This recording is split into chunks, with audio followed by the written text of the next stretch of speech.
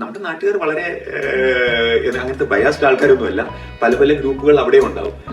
പെൺകുട്ടിയെ സപ്പോർട്ട് ചെയ്ത് പറയുന്നവരുണ്ടാവും, അല്ലെ പെൺകുട്ടിയുടെ ഭാഗത്ത് നിന്ന് പറയുന്നവരുണ്ടാവും, ചെറുക്കന്റെ ഭാഗത്ത് നിന്ന് പറയുന്നവരുണ്ട്. പെൺകുട്ടിയുടെ ഭാഗത്ത് നിന്ന് പറയുന്നവർക്കും ഈ പൊണ്ണൊന്നും കൊണ്ടുവന്നില്ലേ, അത് കൊണ്ടുവന്നതൊക്കെ മുക്കുവണ്ണമാണോ, അതുകൊണ്ടാണോ ഇട്ടുകൊണ്ട് പുറത്തു വരാത്തത്, അത് അങ്ങനെ പോകുന്ന ഒരു കൂട്ടം ആൾക്കാർ. വേറെ തൊട്ടപ്പുറത്ത് തന്നെ വേറെ ഒരു സെറ്റ് ഓഫ് ആൾക്കാർ ഇരുന്നിട്ട് മറ്റൊരു ചർച്ച പോകുന്നുണ്ടാവും. പെണ്ണ് നോക്കുക, ഞാൻ കല്യാണത്തിന് കണ്ട ഇഷ്ടംപോലെ സ്വർണ്ണം ഉണ്ടായിരുന്നു, ചെറുക്കന് വല്ല ഫിനാൻഷ്യൽ പ്രോബ്ലംസും ഉണ്ടോ, വന്ന ഉടനെ തന്നെ എല്ലായിടത്തും വിൽക്കേണ്ട വന്ന് കാണുമായിരിക്കും. അപ്പം ലൈക്ക് അതിൽ നിന്ന് അവർക്ക് ഒരു സ്റ്റോറീസ് വേണമെങ്കിലും എടുത്ത് പോവാം.